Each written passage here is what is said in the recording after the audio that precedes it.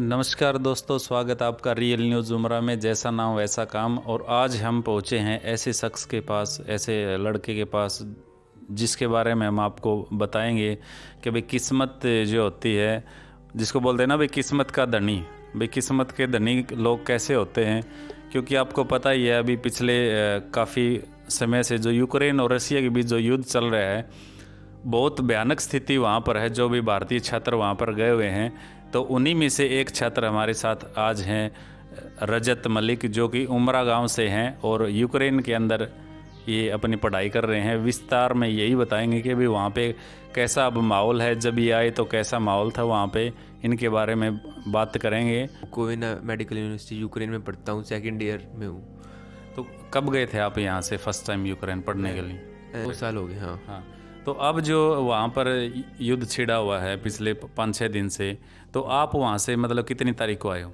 मैं 19 फरवरी को चला था और 20 फरवरी को यहाँ पे पहुँच गया हूँ। अच्छा, तो फिर आप जैसे अभी भी काफ़ी बच्चे वहाँ पर फंसे हुए हैं, तो आप इतनी पहले कैसे आए? क्या कोई एडवाइजरी वगैरह ऐसा आपको पता लग गया था? हाँ, जो इंडियन एम्बेसी ने ना, उसने एक एडवाइजरी दी थी कि आप यूक्रेन को टेम्परेरी छोड़ सकते हो, क्योंकि रशिया ने 1 लाख से ज़्यादा अपनी सेना लगा दी थी वहाँ पे रिस्क के लिए।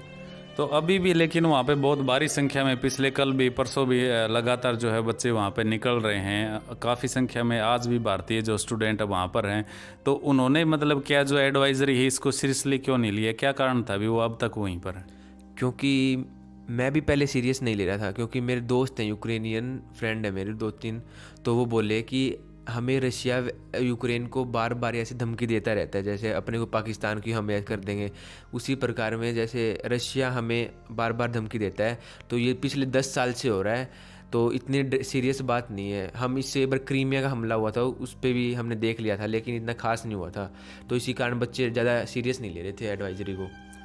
अच्छा, तो इस यही कारण है कि भी काफ़ी सारे स्टूडेंट उन्होंने जिन्होंने हल्के में लिया है वो आज वहाँ पर हैं। तो आप का भी कोई दोस्त अभी वहाँ पर है?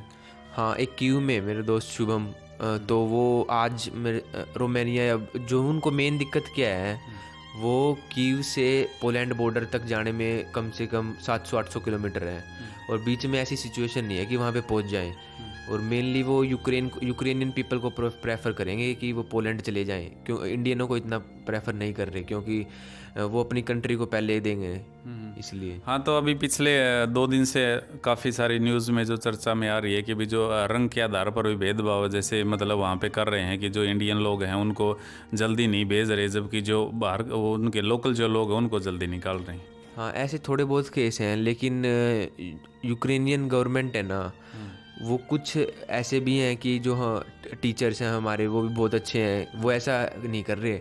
वो बोल रहे हैं कि आप जो पेरेंट्स थोड़े पैनिक हो रहे हैं, उनकी पैनिक को कम करने के लिए तो इंडियनों को प्रेफर कर रहे हैं। लेकिन कुछ ऐसी सिचुएशन भी देखी गई हैं जहाँ पे गर्ल्स के साथ हैरेसमेंट, और बॉर्डर पे थोड़ा सा ऐसे बदतमीज़ी के साथ बोल रहे हैं उनके साथ, और बोले कि आपकी गवर्नमेंट हमारे साथ नहीं है। तो इसका मेन कारण यही है कि हमारी गवर्नमेंट इसके साथ नहीं है, रशिया के साथ ज़्यादा बोल रही है। मतलब हमने वोटिंग में भी देखा कि अभी इंडिया ने वोट नहीं किया।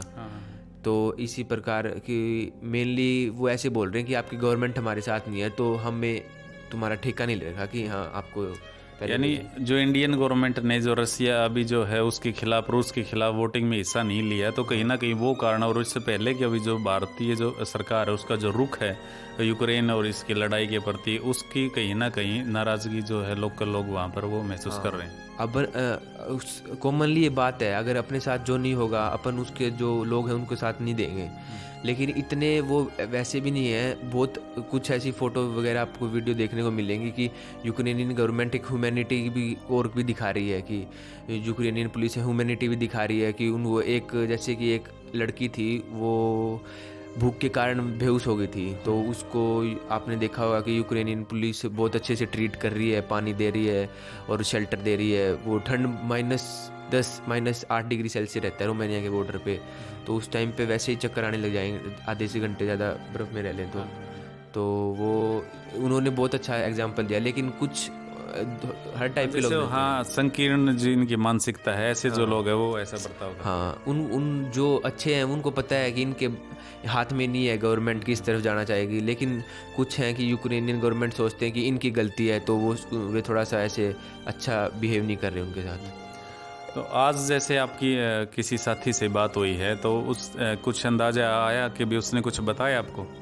एक मेरा दोस्त है, एक तो दादरी का है, अंकित सांगवान, वो थोड़ा सा खारकीव में रहता है और खारकीव में सिचुएशन बहुत ख़राब है। बिल्कुल हाँ, हाँ, critical। वो बिल्कुल रशिया के बॉर्डर के पास लगता है और वो थोड़ा सा अच्छा सिटी भी है, तो उसको रशिया ज़्यादा दिखाना चाहता है कि हम इस पे कंट्रोल ले रहे हैं। तो वो अपने फ्लैट में था, जब मैंने बात की, मैंने पूछा खाना खुना ठीक है, वो भी तो बोला अभी तक तो खाना ठीक है, लेकिन अभी उसकी बात ही नहीं हुई मेरे ऊपर। कल बात हुई थी मेरी उसके साथ, फिर उसके बाद नहीं की, मैसेज आया उसका अभी तक। और एक शुभम में से जब बात की मैंने, जब उसने बोला कि मैं तेरे से बाद में बात करता हूँ, अभी मैं जा रहा हूँ, बस ये बात हुई थी। तो बहुत पैनिक सिचुएशन हुई हुई है इन दो सिटी में। तो रजत का कहना है कि जो अंकित इनके दोस्त है सांगवान, उनकी कल बात हुई थी क्योंकि खारकीव में है वो, और कल से लगातार जो है यूक्रेन की रूस ने भी ये एडवाइजरी जारी की हुई है कि भाई 6 घंटे का जो टाइम दिया था भारतीयों को निकलने का, कि भाई जितने भी यहाँ पे स्टूडेंट है सब यहाँ से निकल जाएं। तो अभी वहाँ पे सिचुएशन आज उसके बाद में कोई संपर्क नहीं हो पा रहा, तो ये बेहद चिंताजनक विषय है कि भाई सरकार ने भी इसकी ओर ज़्यादा से ज़्यादा जो है ध्यान देना चाहिए। लेकिन मेन चिंता क्या है, पेरेंट्स को ये सता रही है कि भाई चलो ठीक है, वहाँ पे बोल दिया कि भाई 6 घंटे का टाइम तो दे दिया, लेकिन वहाँ से और जो बॉर्डर जहाँ पे है, जहाँ तक सेफ मतलब वहाँ से निकाल रही है इंडियन गवर्नमेंट, वहाँ तक कैसे पहुँचेंगे, ये भी तो मतलब अपने आप में एक चैलेंज है। हाँ, जो खारकीव है वो बिना ट्रेन की नहीं आ सकता, 1400 किलोमीटर दूर है वो, या कोई बस या कोई ट्रेन हो तो ही चल पड़ेंगे। लेकिन उन्होंने ऐसे एडवाइजरी बोला था कि तुम खारकीव से निकल जाओ, खारकीव में मत रहो, क्योंकि बिल्डिंग गिर जाएंगी तो दिक्कत हो जाएंगी, तो खारकीव से निकलो। अब पता नहीं क्या जंगलों में है वो, बीच में जंगल भी बहुत आते हैं, तो 20-30 किलोमीटर दूर चले गए होंगे किसी गांव वगैरह में। लेकिन अभी ऐसी कोई व्हीकल प्रोवाइड नहीं हुआ उनको, कोई ट्रेन वगैरह मेरे हिसाब से। अच्छा हाँ, तो क्योंकि पीछे अभी जो इंडिया का एक छात्र है जो था नवीन, उसकी अभी हाल ही में डेथ हुई है वहाँ पर, तो वो खाना वगैरह लेने जा रहा था, बता रहे थे। तो उसके बाद भी मतलब आपको कुछ लग रहा है अभी गवर्नमेंट ने कुछ अपनी तरफ से प्रयास और ज़्यादा तेज़ किए हैं, या फिर कुछ और बच्चों पर फ़र्क पड़ा होगा इससे? हाँ, इंडियन एयरफोर्स ने भी अच्छा किया है, और एयर इंडिया, इंडिगो, इन्होंने अपनी अपनी फ़्लाइट बहुत ज़्यादा अमाउंट में भेजनी शुरू कर दी हैं रोमानिया बॉर्डर पे, बुदापेस्ट और स्लोवाकिया, मोल्दोवा। इन्होंने अपने 4 वो मंत्री भी भेजे हैं, वो भी एक अच्छी है, क्योंकि वहाँ पे जाके सिचुएशन तेज़ करवाएंगे वो बॉर्डर पे, थोड़ा सा ऐसे कि इंडियनों को मेन प्रेफर करेंगे, वहाँ की गवर्नमेंट के पास जाएंगे तो अपन। तो शुभम जो लड़का था जो कि अपने पास के गांव से है, कौन से गांव से बता रहे थे आप? मामनपुरा से है। मामनपुरा से है वो, बिल्कुल। तो उनसे जो बात हुई थी वो क्या अभी सही जगह पे, या उनको क्या उम्मीद है अभी लेटेस्ट आपकी नॉलेज में, मतलब को कब वहाँ से फ्लाइट उड़ रही है अभी, या फिर हाल ही में उड़ी? अभी उड़ने वाली थी, मैंने एक का स्टेटस देखा था, आधे घंटे में वो चेक इन हो गया था उनका सब। तो शुभम से बात नहीं हुई है मेरी अभी, वो कल ही हुई थी, और उससे पहले उस सांगवान से हुई थी। अच्छा। बस, और तो बस मैंने स्टेटस देखा था कि अभी बच्चे जा रहे हैं रोमानिया के बॉर्डर से। तो अभी क्या लगता है आपको, मान लो जैसे वहाँ के जो लोकल जो स्टूडेंट्स थे या फिर फैकल्टी जो थी उनसे बात हुई हो, या किसी से भी, कितना लंबा चल सकता है ये लड़ाई, कुछ अंदाजा? मेरे हिसाब से अगले 2 या 3 दिन में इसका अपने को रिजल्ट मिल जाएगा। मेन तो ये जलन, आज भी मीटिंग है, क्वाड की मीटिंग है और उसकी सब की, तो आज अगर हो जाए तो अच्छी बात है, वरना ना तो रशिया बोल रहा है कि हमने 15 दिन का मनाया था और आज 8वां दिन है, तो 15 दिन के बाद वो मतलब कीव को घेर लेंगे और वहाँ की पार्लियामेंट में अपनी गवर्नमेंट कर देंगे। रशिया का ये भी है कि वो इतना हार्म नहीं पहुँचाना, लेकिन वो चाहता तो 1 मिनट में ही ख़त्म कर सकता है पूरे यूक्रेन को।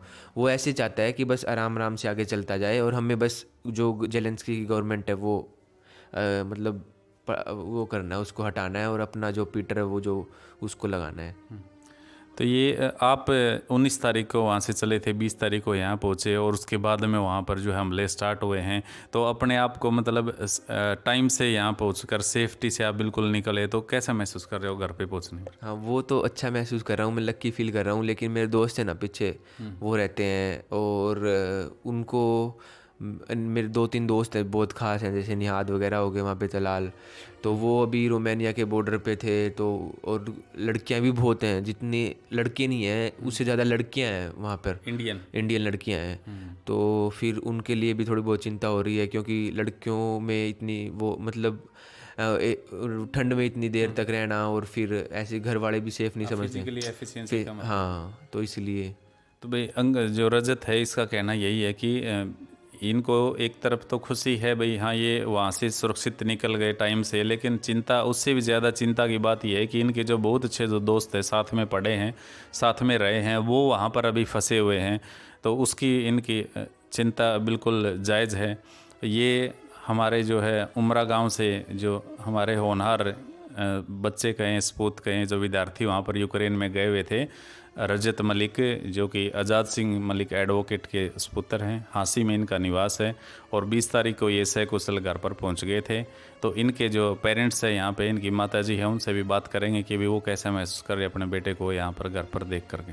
है तो हम यहीं पर अपने मेडिकल की पढ़ाई करना चाहते हैं। बच्चे ये ज़्यादा खर्चा होने के कारण हर माँ बाप इतना खर्चा दे नहीं सकता, इस कारण यूक्रेन में पढ़ाई भी अच्छी है, इस कारण बच्चे भेज देते हैं जी वहाँ पर।